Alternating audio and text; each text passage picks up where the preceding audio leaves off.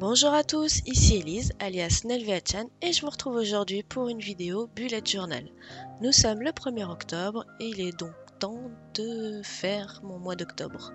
Plus exactement, je l'ai réalisé durant le week-end, c'est-à-dire 2 jours avant la fin du mois.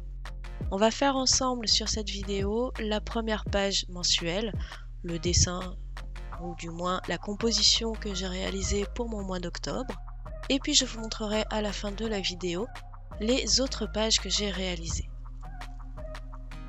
Je suis partie complètement en freestyle pour le titre en dessinant un mot octobre un petit peu comme ça me venait. Je ne voulais pas quelque chose de trop style Halloween et je ne voulais pas non plus quelque chose de trop rigide et de trop figé. Je voulais plus un style bois, branche, un peu biscornu, ce genre de choses, sans pour autant être des vraies branches de bois.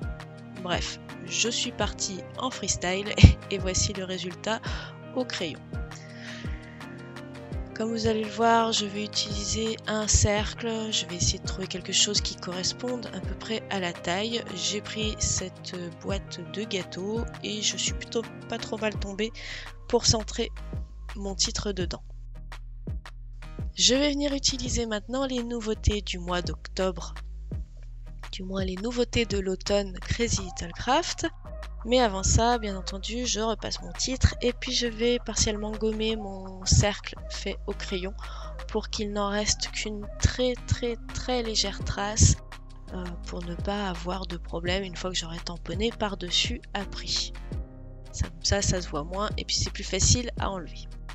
Donc, je disais, je vais passer à ma composition. Donc, je vais utiliser les tampons Crazy, forcément, si on est sur cette chaîne. Et je n'hésite pas à venir chercher ma petite citrouille d'Halloween de l'année dernière sur la planche Joyeux Halloween. Je viens la masquer et après je vais utiliser les nouveautés de cette année 2018. Je vais prendre donc la planche Coloquinte. J'utilise une encre Versafine claire, c'est la référence feuille morte. Donc c'est pas vraiment noir, c'est un marron très foncé, on va pas se le cacher. Et sinon, faites bien attention aux encres que vous utilisez sur vos bugeos parce que tous les papiers ne réagissent pas de la même façon. Par exemple, moi ici, j'étais persuadée que la Versafine claire ne traversait pas et en fait, si, elle traverse énormément. Je vais m'en rendre compte un peu plus loin, je crois. De toute façon, je vais retourner le papier, vous le verrez. Donc, je retire les masques de mes tampons et on va passer maintenant à la couronne de feuilles. Donc j'utilise toujours la même encre. En fait, je ne voulais pas d'encre noire trop intense puisqu'on est au mois d'octobre. Je préférais quelque chose de presque noir mais de plutôt marron. Donc j'utilise cette fois la planche de tampon. C'est l'automne. J'utilise les petites feuilles. J'avais très envie aussi d'inclure le titre à l'intérieur de ma compo. Et puis bon, ça ne rentrait pas vraiment. Donc disons que je trouvais que c'était pas harmonieux si je le tamponnais dedans, donc finalement je ne le mettrai pas. Pour les feuilles, eh bien j'y vais un peu à l'instinct, hein, de toute façon, et ça tombe pas trop mal. Et je suis bien évidemment le cercle. Pour le titre, j'ai choisi du coup 2 teintes de marron dans les feutres aquarellables Zig. Donc là je les aquarelle pas, mais c'est vraiment les feutres que j'utilise pour mon bullet journal parce qu'ils ne traversent pas tant qu'on ne les aquarelle pas. Et ils ont de très belles couleurs. Alors à la vidéo on voit pas la subtilité entre les 2 teintes, mais en vrai on la voit un petit peu plus quand même. Et comme je me suis rendu compte que mon encre traversait, je me suis dit tiens, je vais faire ma colorisation au crayon de papier. Ce qui donne un très beau résultat, hein, c'est pas la question, mais ma réflexion était un peu idiote dans le sens où j'avais déjà fait le mal en tamponnant avec cette encre là, donc j'aurais pu aller plus loin en aquarellant mes crayons ou en faisant carrément une mise en couleur, je sais pas moi, au feutre ou je ne sais quoi d'autre, ou aux encres aquarellées, etc. Bref, donc j'ai décidé de faire au crayon aussi pour une deuxième raison, c'est que c'est une technique que je n'utilise pas très souvent parce que je n'ai pas énormément de patience vis-à-vis de la mise en couleur au crayon de papier. Et en même temps, quand je vois le résultat de certaines mises en couleur au crayon de papier, eh bien ça me donne quand même envie de m'y essayer. Hein. Je parle surtout des mises en couleur au crayon de l'INSEE Créa, qui sont vraiment magnifiques. Et je me suis dit qu'il fallait que j'essaye de me réconcilier un peu avec cette technique que je n'affectionne pas plus que ça. Donc ça a été très long, je vous le cache pas, j'ai passé presque une après-midi sur cette première page. Allez, j'exagère un petit peu, je pense que j'ai dû y passer 1 heure juste pour cette page-là avec la mise en couleur. Avec les feutres à alcool, c'est long, mais beaucoup moins. Donc, bon, j'ai très peu de patience et pour certaines choses, et les crayons de couleur, ça en fait partie. Mais je me suis accrochée et j'ai gardé cette technique, vous verrez, tout le long de mon mois d'octobre. En tout cas pour les premières pages. Donc j'utilise plusieurs teintes de orange. Enfin, j'ai une teinte de orange et puis après, j'ai des teintes un peu plus dans les marrons, couleur paille, un peu foncé, enfin ce genre de couleur là, pour venir ternir un petit peu le orange un peu flashy de mon crayon de papier en fait. Donc j'essaye de faire des ombres, comme on est en automne, on a des parties un peu marron, on a des parties encore un peu vertes, vous allez voir sur les feuilles, je vais beaucoup jouer avec ça.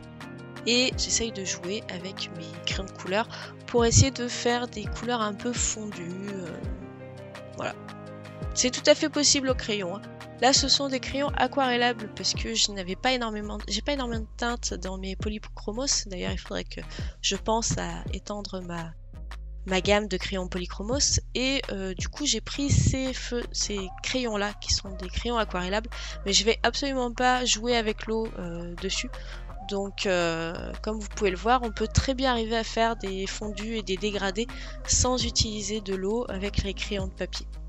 Voilà, ça demande de repasser les couleurs les unes sur les autres, ça demande de réintervenir quand on veut vraiment quelque chose de très fondu. Là pour les feuilles, je réinterviens pas énormément en fait, je passe couleur plus foncée plus la plus claire par-dessus ou inversement. Mais comme ce sont des petits détails, ce sont des petits motifs, je me suis pas énormément pris la tête pour faire des fondus très complexes dessus. Donc voilà, on arrive au bout à peu près de cette couronne de feuilles et on arrive presque au bout de ma page.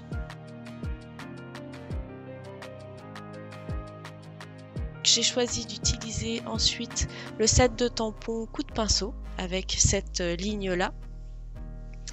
Et je vais la tamponner cette fois avec une encre Distress Oxide, donc je vous conseille d'avoir des planches à tamponner de précision comme celle-ci.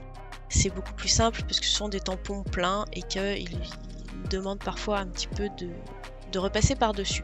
Donc c'est la référence Crushed Olive, voilà, avec mon bel anglais.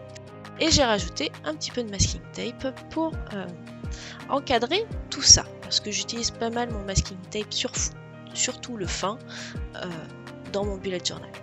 Je ressors cette fois la planche de tampon, l'encapuchonner et je viens chercher la petite chauve-souris en motif plein que je tamponne pour finaliser ma création du mois d'octobre.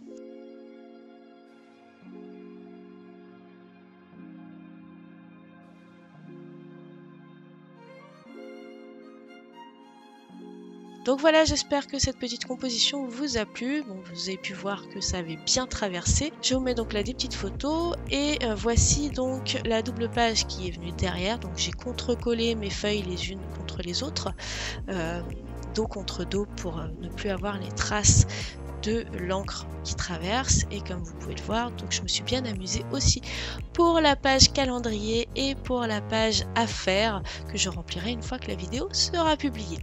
Voilà, donc j'ai utilisé aussi le petit personnage dans sa robe citrouille pour la page affaires et pour ma timeline, et ben j'ai fait une composition avec des citrouilles et des coloquintes. Voilà. Donc ce sera tout pour ce bullet journal. J'espère que la vidéo vous aura plu. N'hésitez pas à nous dire ce que vous en pensez en commentaire, à nous rejoindre sur les réseaux sociaux et je vous dis à très bientôt. Bye!